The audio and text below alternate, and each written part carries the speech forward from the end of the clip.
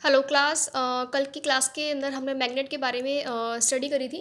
ठीक है, मैग्नेट के बारे में बेसिक कॉन्सेप्ट को पढ़ा था। मैग्नेटिक एक्सिस है, मैग्नेटिक न्यूट्रल एक्सिस है, चुंबकीय बल रेखाएं, ठीक है, पोल्स, इनके बारे में पढ़ा था। तो उसको ही आज अपन कंटिन्यू करते हैं। ओके। तो कल लास्ट जो चुंबकीय बल रेखाएं के बारे में पढ़ा था अपन ने कि चुंबक से के अंदर क्या होते हैं, यूनिट पोल्स होते हैं नॉर्थ एंड साउथ। ओके, यहाँ से चुंबकीय बल रेखाएं निकलती हैं। तो इनके बारे में था स्पेसिफिक कि ये इनके भी कुछ प्रॉपर्टीज़ होती हैं, कुछ गुणधर्म होते हैं। ठीक है, क्या गुणधर्म होंगे, जैसे इनकी डायरेक्शन है, कल डायरेक्शन में पढ़ी थी कि चुंबकीय बल रेखाओं की डायरेक्शन क्या होती है, किस कहाँ से लेकर के कहाँ मूव होती है। तो दो बार इसकी डायरेक्शन में स्टडी करेंगे। एक तो ये मैग्नेट है, ठीक है, मैग्नेट के बाहर और मैग्नेट के अंदर, क्योंकि दोनों के अंदर इसकी दिशाएं जो होती हैं वो अलग होती है। देखो, मैग्नेट के बाहर क्या होती है, नॉर्थ टू साउथ होता है। ओके, नॉर्थ से निकलती है, उत्तरी ध्रुव से निकलती है, और दक्षिणी ध्रुव साउथ की ओर वापस आती है। फिर यहीं से साउथ से लेकर के नॉर्थ तक वो मूव करती है। तो चुंबकीय बल रेखाओं की जो दिशा होती है, चुंबक के बाहर क्या होती है, नॉर्थ टू साउथ होती है, और चुंबक के अंदर क्या होती है, साउथ टू नॉर्थ होती है। ठीक है। ओके, ये भी क्वेश्चन आता है कि चुंबक जो ये मैग्नेट है इसकी पोलरिटी क्या होती है। तो इसकी जो पोलरिटी क्या होती है, जैसे बैटरी है, बैटरी की पोलरिटी के बारे में पढ़े अपन। बैटरी की पोलरिटी क्या होती है, पॉजिटिव नेगेटिव जो होता है ये इसकी बैटरी की पोलरिटी होती है। डीसी के अंदर क्या होता है, सॉरी एसी के अंदर क्या होता है, इस तरीके से फेज और न्यूट्रल, वो उसकी पोलरिटी होती है। इसी प्रकार से मैग्नेट के अंदर क्या होता है कि एन और एस, ठीक है, नॉर्थ और साउथ जो उसकी वो पोलरिटी होती है। ओके।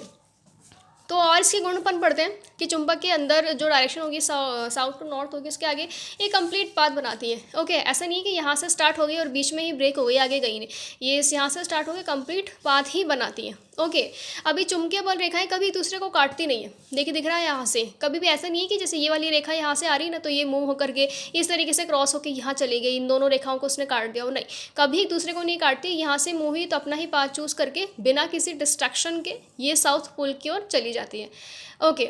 चुंबकीय बल रेखाओं में तनाव होता है, बिल्कुल ऐसा नहीं है कि थोड़ा इसके अंदर लचीलापन हो कि इस तरीके से मूव कर जाए। बिल्कुल एक स्ट्रिक्ट तनी हुई डोरी की तरह रहती है ये। ओके। और चुंबकीय बल रेखाओं की तीव्रता पोल पर मैक्सिमम होती है। ओके, नॉर्थ और साउथ के ऊपर ये हमने कल भी स्टडी करा था कि जहाँ इसकी तीव्रता अधिक होती है वहीं उसी चीज़ को अपन पोल बोलते हैं। और ये जो बीच में उसका मैग्नेटिक न्यूट्रल अक्स होता है, वहाँ पे क्या होगा, मैग्नेटिज्म आपको जीरो मिलेगा। ओके। ओके, अब एक इसके अंदर टर्मिनोलॉजी अपन आगे और उसको और स्टडी करते हैं। नेक्स्ट आ रहा है चुंबकीय क्षेत्र। ओके, चुंबकीय क्षेत्र देखिए क्या होता है, चुंबकीय क्षेत्र क्या होता है कि यहाँ पे आपको दिख रहा है कि ये जो मैग्नेट है, ओके, यहाँ से मानते हैं कि इसके अंदर इतनी कैपेसिटी, इसकी 4 लाइनें निकल रही है, यहाँ पे 4 चुंबकीय बल रेखा निकल रही है। ठीक है, और यहाँ पे नीचे की साइड, ठीक है, नीचे की साइड यहाँ पे भी इक्वल मैंने मैग्नेटिक लाइन निकाली है। तो अगर मैं यहाँ पे कोई एक लोहे का टुकड़ा रखूँ या कोई एक मैग्नेट रखूँ, ओके, यहाँ पे मैं कोई एक पीस रखूँ, तो ये ऑफकोर्स इस चुंबकीय बल रेखाओं के अंदर आ रहा है, तो ये अट्रैक्ट होकर के चुंबक के पास में चला जाएगा। लेकिन अगर मैं यहाँ पे कोई पीस रखा हुआ है और इसकी जो मैग्नेट है उसकी कैपेबिलिटी इतनी ही है कि वो इसकी यहीं तक एरिया के अंदर ही उसकी बल रेखाएं निकल रही, आगे नहीं जा पा रही है। तो अब देखो यहाँ पे कि क्या जो ये लोहे का टुकड़ा है, ठीक है, ये क्या बनाया है, एक लोहे का टुकड़ा बनाया है। क्या ये लोहे का टुकड़ा यहाँ इस चुंबक की ओर गति करेगा? क्या गति नहीं करेगा। क्यों? इसको यहाँ से लेकर के यहाँ तक जो एक प्रभाव खींचता है वो प्रभाव तो यहीं तक सीमित हो गया। ठीक है, ये प्रभाव तो यहीं तक सीमित हो गया, तो फिर ये कैसे लोहे का टुकड़ा है जो इसकी तरफ मूव करेगा।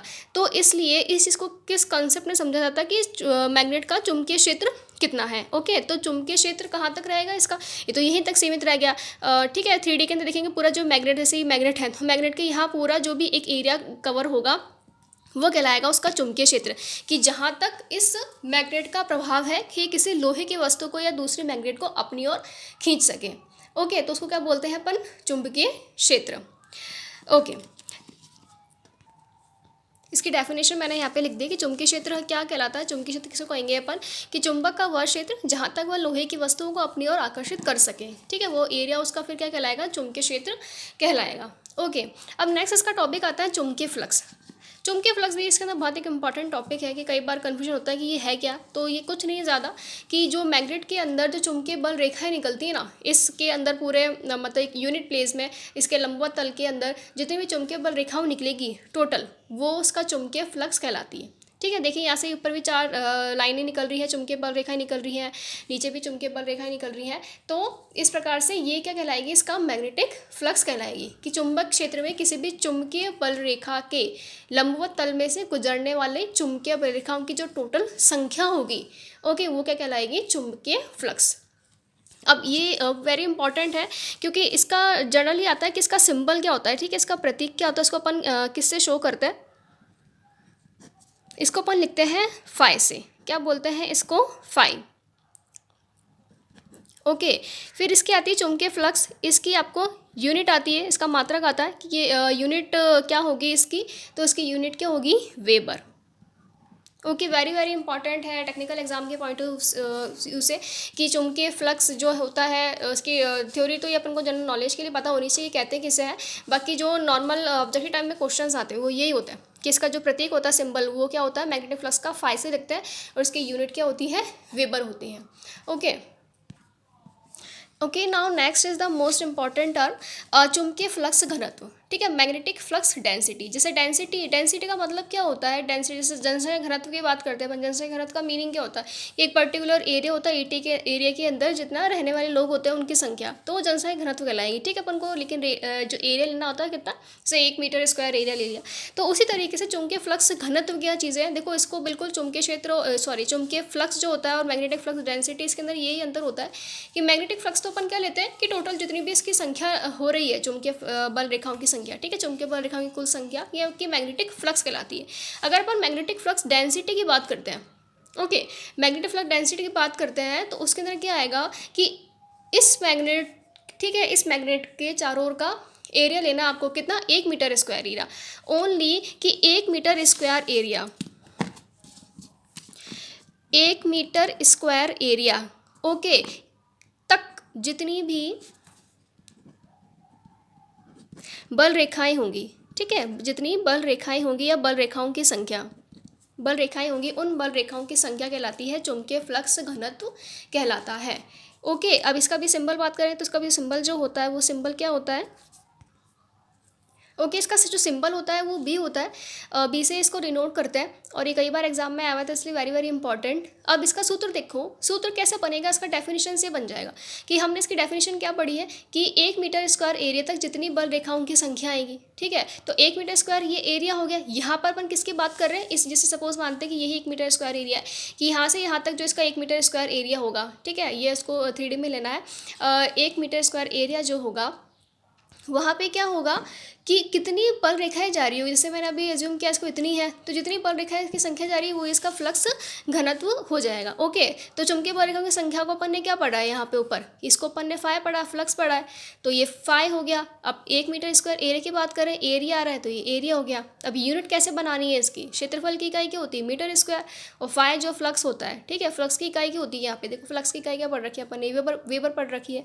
तो ये क्या हो जाएगा, वेबर पर मीटर स्क्वायर इसकी क्या हो जाएगी, इकाई हो जाएगी। ओके ओके स्टूडेंट्स, यहाँ पे एक ही फॉर्मूला और देखिए कि एक जो फ्लक्स का ही फॉर्मूला ये है कि एक वेबर को मैक्सवेल के अंदर लिया है, ठीक है, जो मैक्स अपन ने यहाँ पे निकाला था ना, फाई जो फ्लक्स होता है चुंबकीय फ्लक्स, इसकी यूनिट जो तो वेबर होती है, तो वेबर को ही एक और यूनिट से को रिलेट किया गया है, वेबर को मैक्सवेल से, ठीक है, यहाँ पे क्या लिखा है, ये मैक्सवेल लिखा है कि 1 वेबर बराबर कितना होता है, 10⁸ मैक्सवेल होता है, ठीक है, 1 वेबर बराबर 10⁸ मैक्सवेल। एग्जाम में क्वेश्चन किस तरीके से आता है कि 1 वेबर बराबर, यहाँ पे कुछ भी आपके फिल इन द ब्लैंक्स होगा और मैक्सवेल लिखा हुआ होगा, तो 10⁸ जो है वो आपको याद करना, और ये भी बहुत इंपॉर्टेंट है। ओके, अब नेक्स्ट अपने पास एक टर्म आती है और ये वेरी वेरी इंपॉर्टेंट टर्म है क्योंकि इसी पे बेस्ड रहते हैं, जो आगे अपन मोटर्स पढ़ेंगे, मोटर्स की स्टडी करेंगे, ऑल्टरनेटर वगैरह वो कैसे काम करते हैं, तो उसके लिए मैग्नेटिक इंडक्शन ही होता है, ठीक है, मैग्नेटिक इंडक्शन उसको समझना वहाँ पर ज़रूरी होता है। तो इसको समझने के लिए पहले एक छोटा सा प्रैक्टिकल करके देखते हैं अपन कि ये एक मैग्नेट है। ओके, ये एक प्रकार की क्या है, मैग्नेट है। अभी यहाँ पे क्या हुआ, इसके पास में एक दूसरी मैग्नेट लेके जाऊँ, ओके, वो भी कैसी हो, NS हो। एक अपन प्रैक्टिकल इस तरीके से करें, एक प्रैक्टिकल किस तरीके से करें कि वापस अपन इस मैग्नेट को क्या उल्टा कर दें, यहाँ तो कि S में ले लूँ यहाँ पे और N इधर रख दूँ, और यही इस तरीके से दूसरी मैग्नेट है NS। ओके, तो ऐसी कंडीशन में क्या होगा, देखो कि ये यहाँ पर क्या है कि एक मैग्नेट का एन पोल यहाँ पर, एस पोल यहाँ पर है, दूसरे मैग्नेट का क्या है, एन पोल यहाँ पर, एस पोल यहाँ पर है। तो बिल्कुल क्या होगी, ये इसकी तरफ खींचे चली आएगी। ओके, ये दोनों आप जो मैग्नेट है आपस में क्या आ जाएगी, पास पास आ जाएगी। लेकिन अगर यही स्टडी अपन यहाँ करें कि एस ध्रुव यहाँ पर है, एन ध्रुव यहाँ पर है, और जो दूसरी मैग्नेट अपन ने रखी है वो एन ध्रुव यहाँ पर है, तो ये आपस में आगे दूर जाएगी। ये जो होगी इसके ऊपर विपरीत प्रभाव लगेगा कि ये पीछे की तरफ मूव हो जाएगी, खिसक करके यहाँ पर आ जाएगी, और ये जो होगी खिसक करके क्या हो जाएगी, शिफ्ट होकर के यहाँ पर आ जाएगी। तो इस चीज़ को क्या बोलते हैं, दोनों अपने पास में जो मैग्नेट है अभी इन्होंने ऐसा बिहेव क्यों किया है कि यहाँ पर अलग अलग पोल्स आ रहे हैं, ठीक है, अपोजिट पोलरिटी हो रही है। तो अपोजिट पोलरिटी के अंदर ये स्थिति को क्या बोलेंगे अपन, आकर्षण, ठीक है, अट्रैक्शन हो रहा है इसके अंदर, इस कारण ये क्या हो रही है, पास आ रही है। यहाँ पर क्या है कि जो भी पोल्स लिए हैं, ठीक है, एन पोल यहाँ पर, एन पोल यहाँ पर है, तो ये दोनों दूर चलेंगी, तो इसको क्या बोलेंगे यहाँ पर, विकर्षण या फिर प्रतिकर्षण, ठीक है, विकर्षण या फिर प्रतिकर्षण। दो जब समान ध्रुव हो, समान ध्रुव में क्या होता है, अभी ज़रूरी नहीं है यहाँ पे एन एन लिए है, अगर ये मैग्नेट इस तरीके से हो एन एस, ओके, और यहाँ पे मैंने एस या एन ले लूँ, तो ये दो भी क्या होगी, समान ध्रुव है, समान ध्रुव के अंदर क्या होता है, प्रतिकर्षण होता है, तो ये मैग्नेट भी क्या हो जाएगी आपकी, दूर दूर चली जाएगी। तो अपन ने इसे एक बात यहाँ पे क्या सीखी कि समान ध्रुव के अंदर क्या होता है, आकर्षण होता है, सॉरी, समान ध्रुव के अंदर क्या होगा, प्रतिकर्षण होगा, और असमान ध्रुव है, असमान ध्रुव के अंदर क्या होगा, आकर्षण होगा।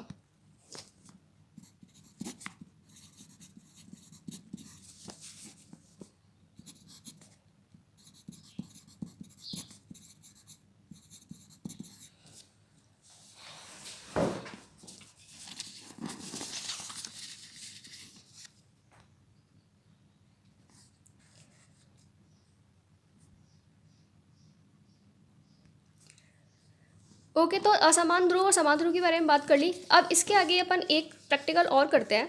ये एक चीज़ आपने कई बार की होगी कि एक मैग्नेट है, ठीक है, एन और एस। अब इसके पास में कोई एक लोहे का पीस रखा हुआ है, ठीक है, ये लोहे का पीस रखा हुआ है। तो अपन क्या देखते हैं इसके अंदर कि ये लोहे का पीस, जैसे ही अपन मैग्नेट और इसको रखते हैं यहाँ पे थोड़ा सा दूर, इसको टच करने की ज़रूरत नहीं, बिल्कुल थोड़ा सा डिस्टेंस रखिए, तो क्या देखते हैं लोहे का पीस जो है वो मूव होकर के कहाँ चला जाता है, इस चुंबक के पास में जाकर के चिपक जाता है। ऐसा क्यों होता है, ऐसा क्या किया है इसके अंदर, तो एक मैग्नेट जो होती है, मैग्नेट के अंदर एक प्रकार की पावर बोल सकते हैं, एक प्रकार की शक्ति क्या होती है कि जब भी किसी लोहे के पीस, जब इसको थोड़ा उसके पास लेकर आया जाता है, तो वो लोहे के अंदर भी क्या करती है, ध्रुव पैदा कर देती है, पोलरिटी पैदा कर देती है। कैसे, उसके अंदर भी यहाँ पे ध्रुव बन जाएंगे, तो एन और ये एस, ठीक है, ये चुंबक के अंदर बनते हैं, लेकिन मैं इसको बाहर लिख रही हूँ, चुंबक के अंदर भी क्या होगा, वो विपरीत पोलरिटी का चुंबकत्व पैदा कर देगी। देखो कैसे, इसको एस ध्रुव के पास में रखा है ना, तो ये ऑटोमेटिक इसके अंदर क्या हो जाएगा, लोहे के अंदर चुंबकत्व पैदा कर देगी, किस पोलरिटी का, कि यहाँ पर अगर चुंबक की एस पोलरिटी है, तो ये लोहे के पीस के अंदर यहाँ पे एन पोलरिटी, अब एन यहाँ पर है तो ऑटोमेटिक एस यहाँ पर आ जाएगा, तो एन और एस पोलरिटी, विपरीत ध्रुवता, ओके, विपरीत ध्रुवता का चुंबकत्व पैदा कर देगी। ओके, अब इसके एग्जाम्पल को हम इस तरीके से ले लेते हैं, एस और एन यहाँ पर ले लेते हैं, तो ये भी किस तरीके से हो जाएगा, यहाँ पे एस और एन पोलरिटी पैदा हो जाएगी, और ये जो मैग्नेट है के पास में ये लोहे का पीस जो है ऑटोमेटिक खिसक करके आ जाएगा, शिफ्ट होकर के आ जाएगा। तो इसी गुण को बोलते हैं क्या, मैग्नेटिक इंडक्शन, ठीक है। जब किसी भी चुंबक के पास में इस लोहे के पिंड को लेकर लाते हैं, ठीक है, या फिर मतलब मैग्नेट के पास में इसको लेकर जाओ, या फिर मैग्नेट को इसके पास में लेकर आओ, तो चुंबक के अंदर ये पावर होती है कि इस आयरन के पीस के अंदर भी वो विपरीत ध्रुवता का चुंबकत्व पैदा कर देती है। इसी क्रिया को क्या बोलते हैं, चुंबकीय प्रेरण।